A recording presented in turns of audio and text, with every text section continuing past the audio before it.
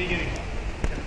Was it good? Was it informative? This is my first time really just brain-gasming everything I know. So, did it work out? Okay. Oh, yeah. Excellent. Good. So, intermediate level. This is where fighting gets really frustrating. Well, fighting is still fun. Fighting is still wonderful. But your development will slow down a lot. Well, the reason for that is, in the beginning, you're learning stuff, and it's just like boom, boom, boom, epiphany after epiphany after epiphany.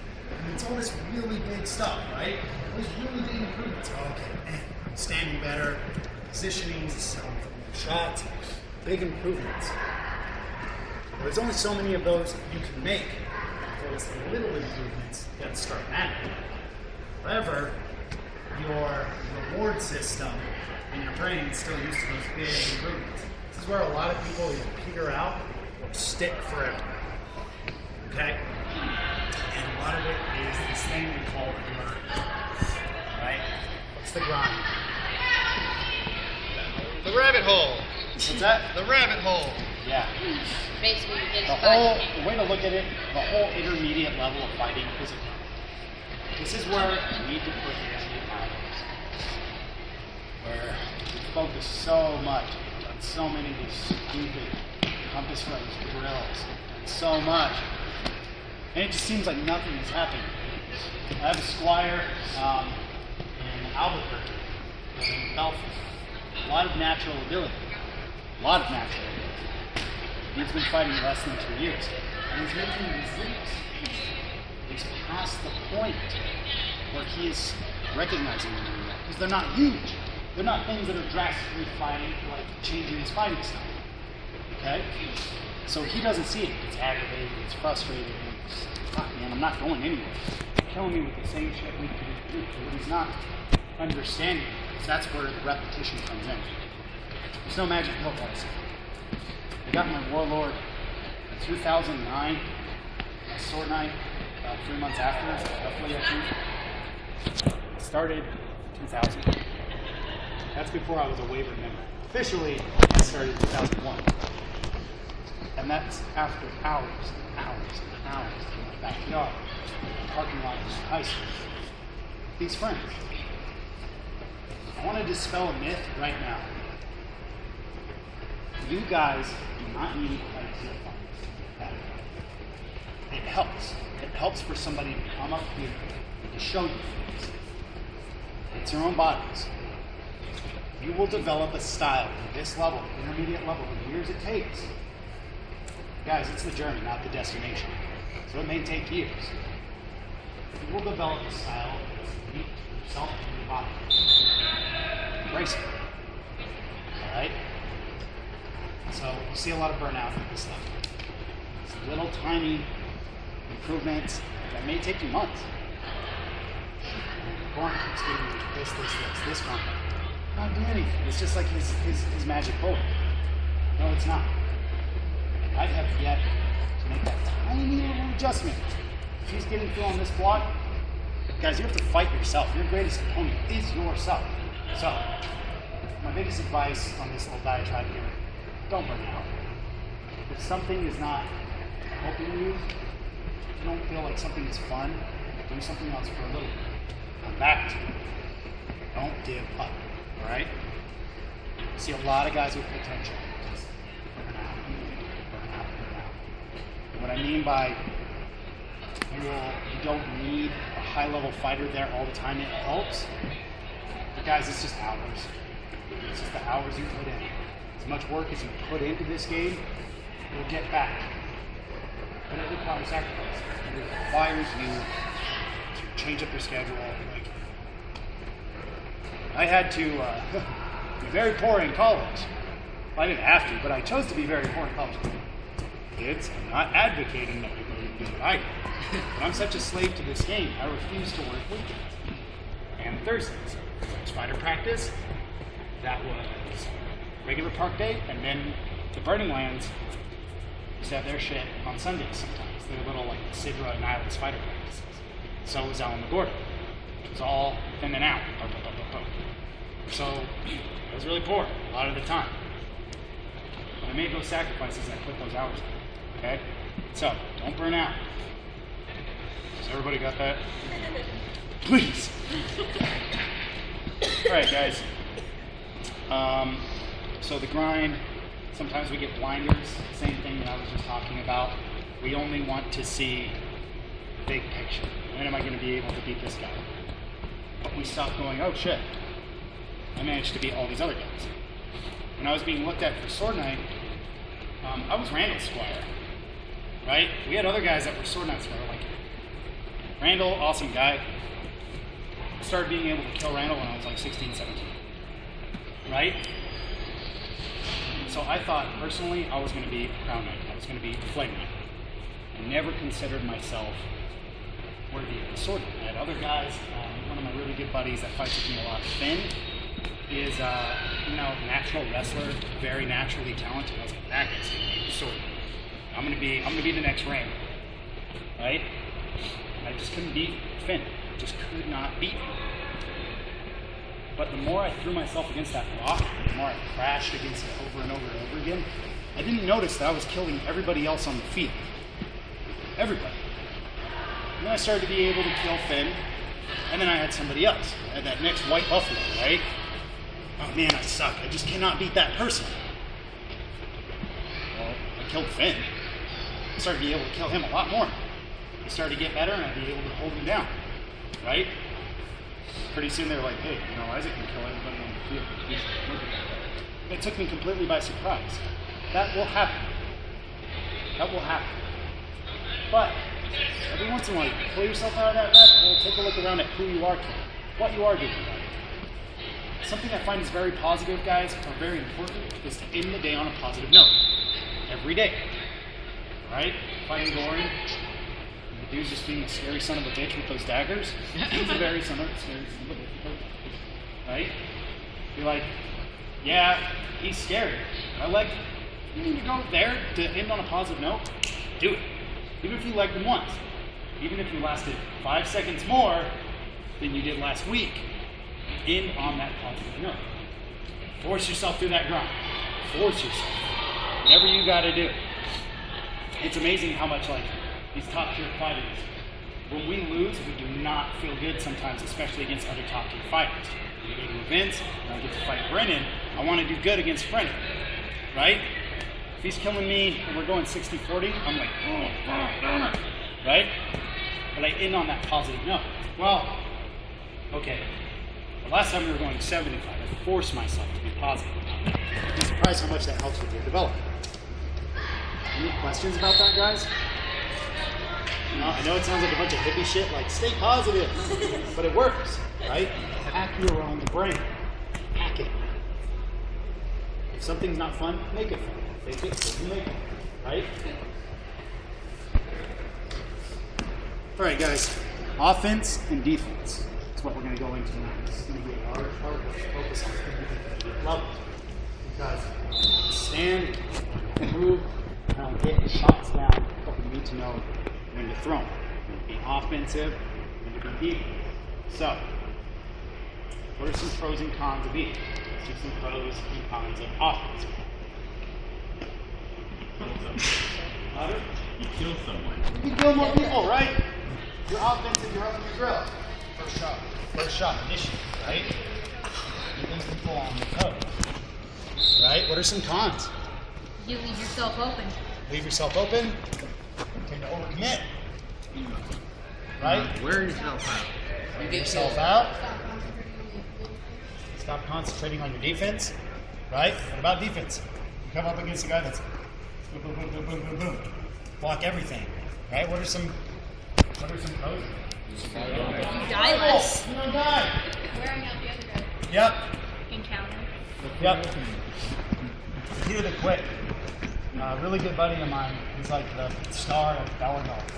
And now he does a lot of stuff at SKBC. I love this quote. I really wish I could steal it and say it's my quote, but it's not. He said, fighting is not about winning. It's about not dying. Right? Beautiful. Beautiful saying. And I feel like the concepts and the theory behind defense really epitomize that mindset, right? What are the cons of that? Can't get someone on defense. Right? Technically, you could. If you're, yeah, literally, If you're focusing solely on defense, it comes down to eventually the other guy gets through you. Yep, it's a waiting game. Right? He has really fast hands. Really fast hands. And he goes ba ba ba ba ba ba ba. It's really fast. If I'm just there gonna block all day and not riposte, not return, I'm gonna find that open. Right? We learn as creatures, as human beings. We learn. We can learn in a millisecond. It's only gonna take him 1, 2. If I get those blocks, I'm like, okay, maybe I throw a little bit deeper. Maybe I fake first. Right? So we need to find the balance. The balance of both. When we do that is we push ourselves to fight offensively, fight defensively. And we understand what styles, what stances lend themselves to what particular way we need to fight. Does that make sense? So, in single sword,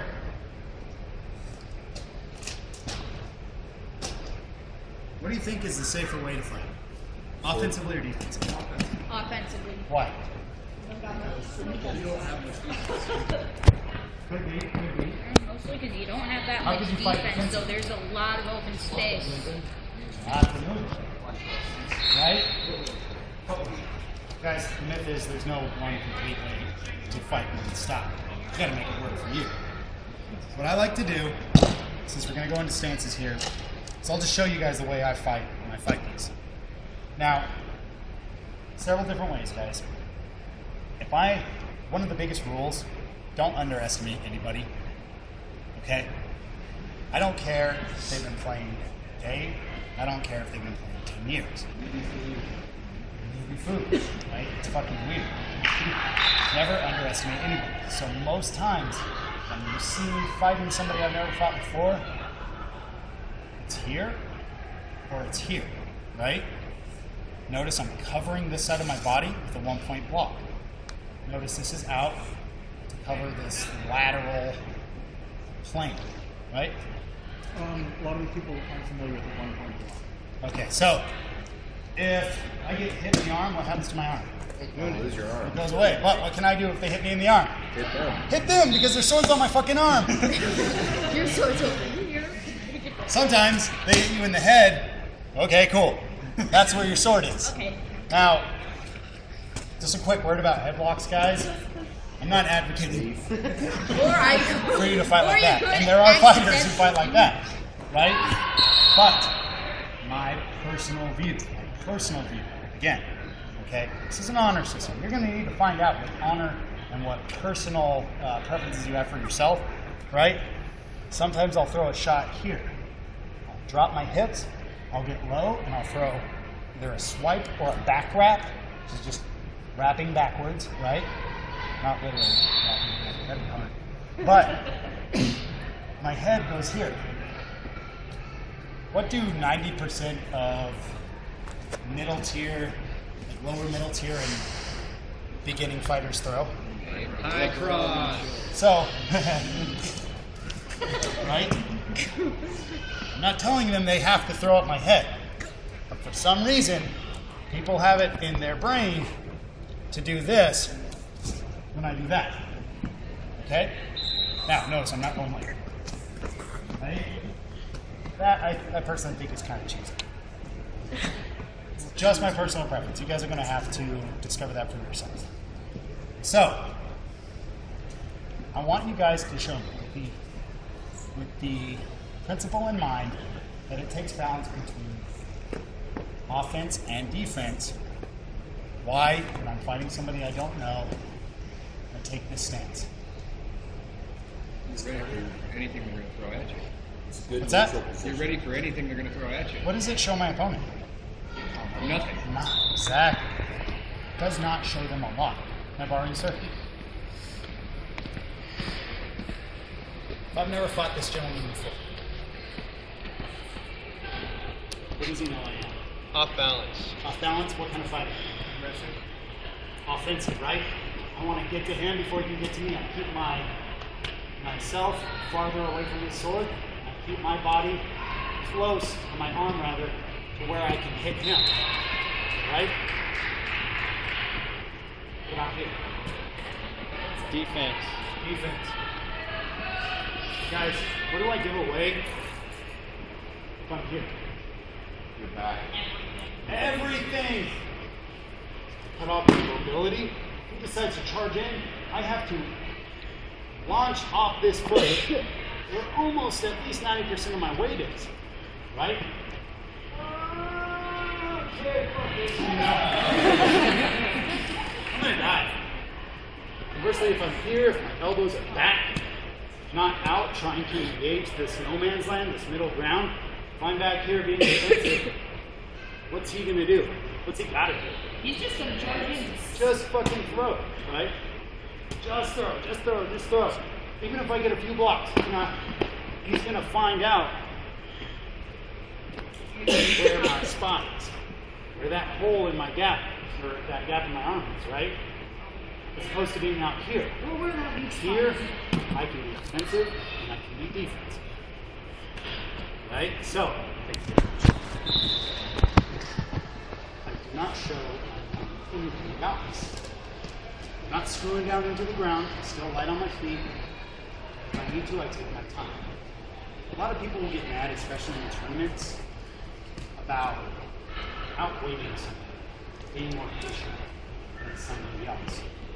Okay? That, a lot of times, is just an expression of how frustrated they are fighting you. You're not necessarily doing anything wrong. Now, you can't just do this all day. You have to make some work here. Right? But, patience, especially in tournaments, is virtue. Right? So, I don't like to show anybody anything.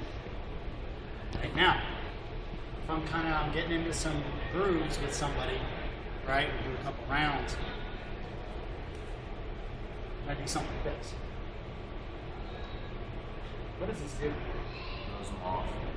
Why? Because they don't see a spot they might be. They got accustomed to one stance. What was that? They don't see a spot they're able to get into. What's the big spot they can get into? The arm. Oh. Right? This whole side.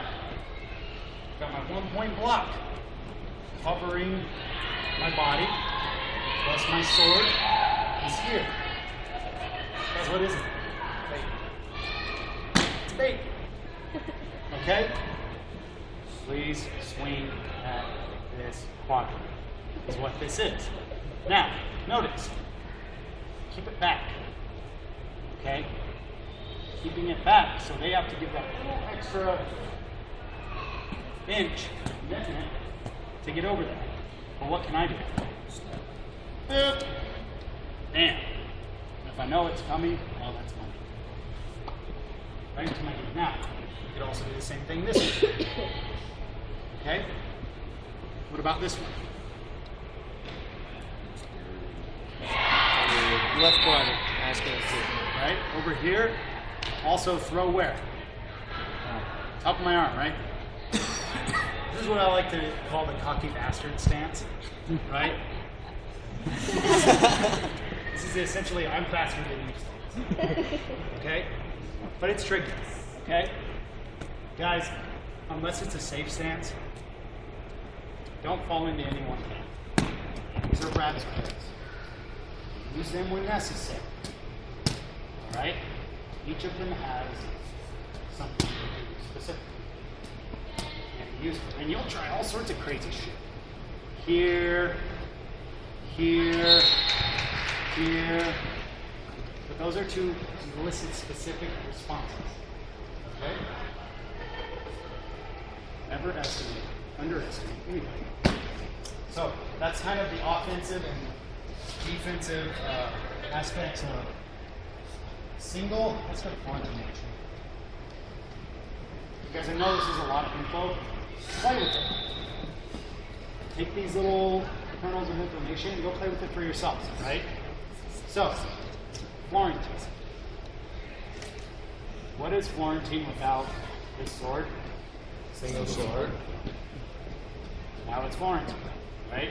Single sword is the basis of everything. offense, defense, attack, all of them. So we'll go with another. Stance here. There's several ways that I've learned how to do this that I like, right? For more of an offensive way of fighting, what I like to do is I'll hand match something. Okay? So that means this right hand, right leg are out, my left leg, my left hander. Why? It's on the same side. It's the closest point between A and B. Straight line. Straight line. Right there. Right? Now, when I'm throwing, I use my other sword to cover my arm.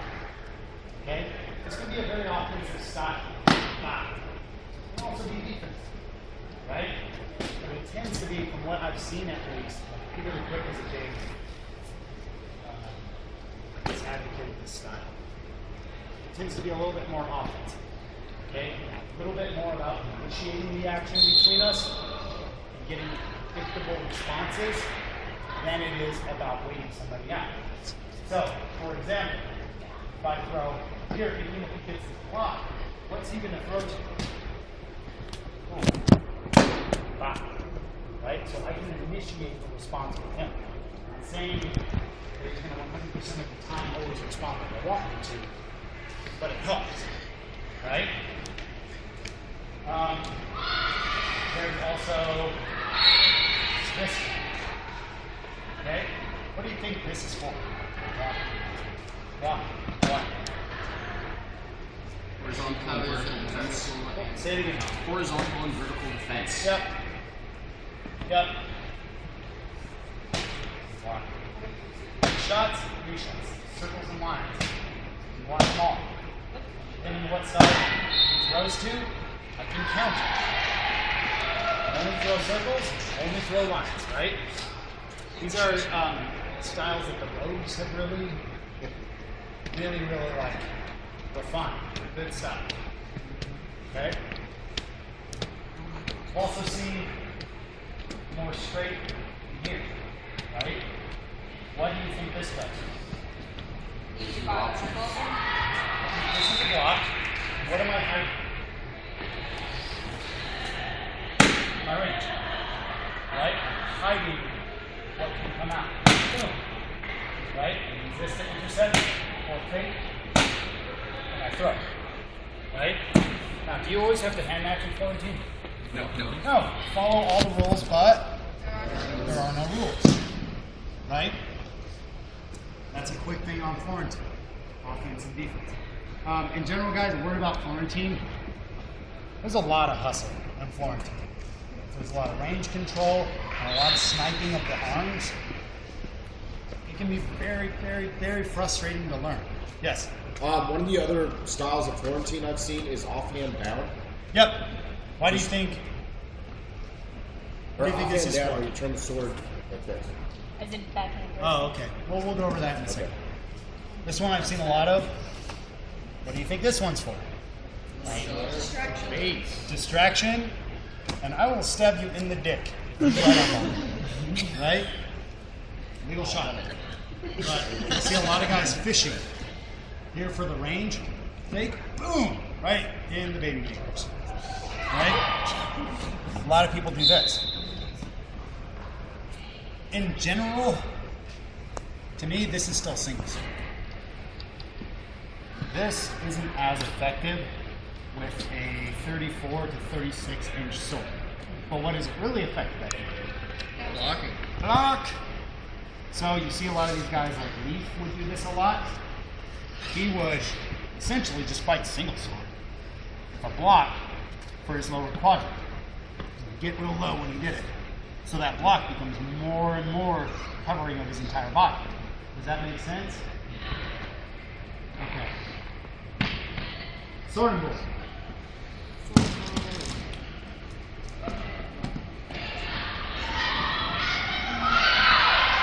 This is traditionally what's known as defensive sword and bull. Why? Because it's covering your entire upper body. Covering a lot of my body. Right? Shield is forward. Shield is forward. Right? I'm decreasing the range between their sword and my passive defense, right? Kind of behind it, working around it, you know? It also hides what? Hides in the ring. Very good. So I can counter strike this. And for sword and board, this is typically more of the way that I fight. A lot more waiting people out, a lot more moving my passive defense into positions, defensively, right? That I can cut off the variables, cut off what they can throw. Now, offense, traditionally offensive scenes to sword and board. This is how Squire Shion, he's a warlord, also lives in Santa Fe. This is how he fights. Let's talk about this. What do you guys see? It's offensive. It's really offensive, right? But one side's completely just out. What's that? One side's just completely out. Except for what? It- Big wraps. Right? What can he do really well? He Reach around your like back. Stab and slash. the offensive. Right? Move in. Move in and come under attacks a lot of the time. Right? But a lot more is open. He uses it a lot like a bait.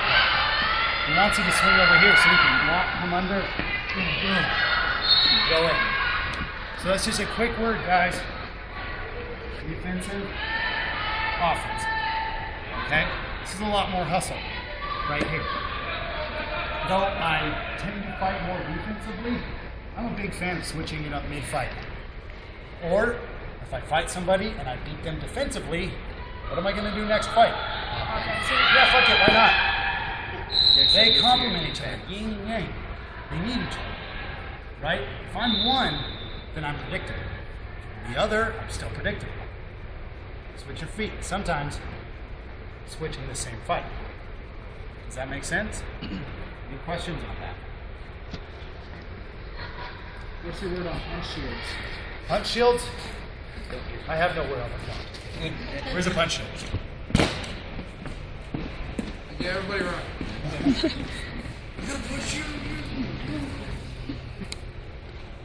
It's a single-handed shield.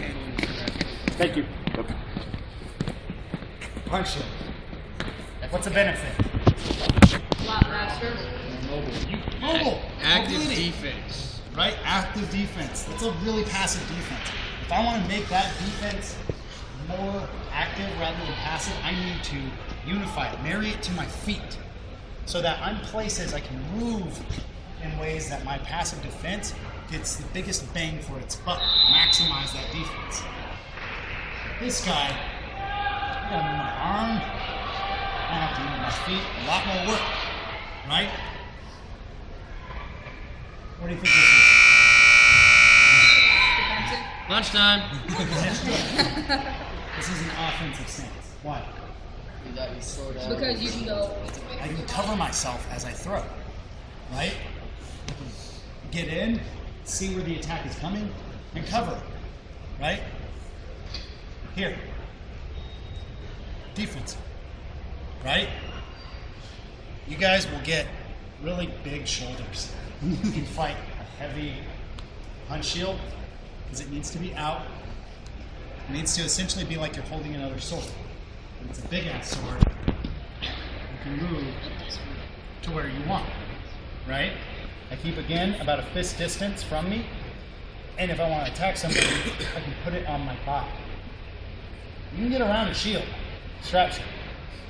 This is physically glued to me now, right? Whee! You can't get through it. Or like this, right? One of the shots I love, let me have to somebody with this. Dark side. I love this shot. Come here, right? And like strap, I fight a lot more defensive when I use a punch shield. Here, he high crosses, right? And I walk by. So it ends up looking kind of like a dick. Next. Right? A lot more hustle, a lot more work. Thank you.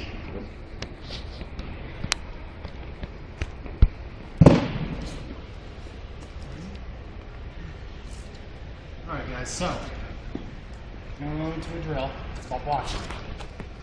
How many of you have done block strike? Show of hands.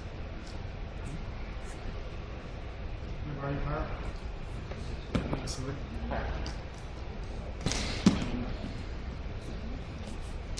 So, in block strike, what we're doing is we're going to play with the options of attack and defend, offense and defense.